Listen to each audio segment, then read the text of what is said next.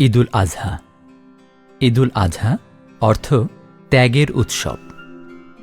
ত্যাগের এই পবিত্র উৎসবে 12টি শুদ্ধাচার পালন করেই আপনি ভাঙতে পারবেন ভ্রান্ত মানসিকতার বৃত্ত, হতে পারবেন সুআচারী ভালো মানুষ। 1. কারো কাছে কোরবানির পশুর দাম জিজ্ঞেস করবেন না। কোরবানির পশুর কোনো দাম হয় না।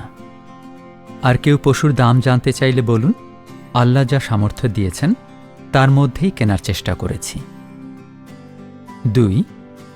কোরবানির পশুর দাম ও আকার নিয়ে অসুস্থ প্রতিযোগিতা থেকে বেরিয়ে আসুন। 3. আমি এত টাকা দিয়ে কোরবানি দিলাম, নিজেকে জাহির করার উদ্দেশ্যে এ ধরনের কথা বলা থেকে সম্পূর্ণ বিরত থাকুন। 4. কোরবানির পশু কেনার পর বাজার দর যাচাই করে দামে ঠকে গেছি এ ধরনের আফসোস করবেন না। 5. কোরবানির গোশতের ওজন ও পরিমাপ নিয়েও কথা বলবেন না। 6. আল্লাহর নির্দেশনার সাথে পূর্ণ একাত্মতার জন্যে কোরবানির পশু বাস্তবে দেখে ও ভালোভাবে বুঝে কিনুন। অনলাইনে কিনতে গেলে অধিকাংশ ক্ষেত্রেই ঠকার সম্ভাবনা বেশি।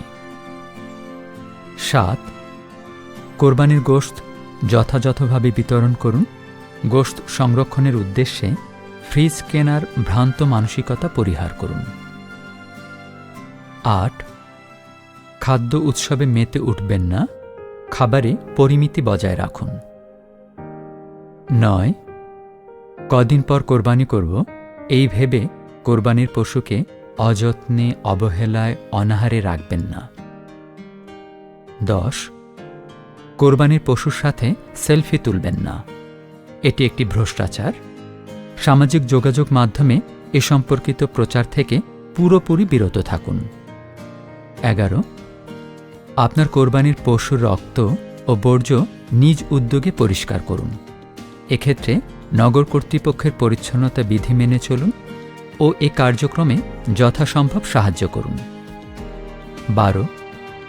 ঈদের ছুটিতে পরিবার, প্রতিবেশী, আত্মীয় ও পরিচিতজনদের আনন্দের সাথে সময় দিন। টিভি, ইন্টারনেট, ফেসবুক, ইউটিউব আসক্তিসহ সব ধরনের ভার্চুয়াল আসক্তি থেকে মুক্ত থাকুন।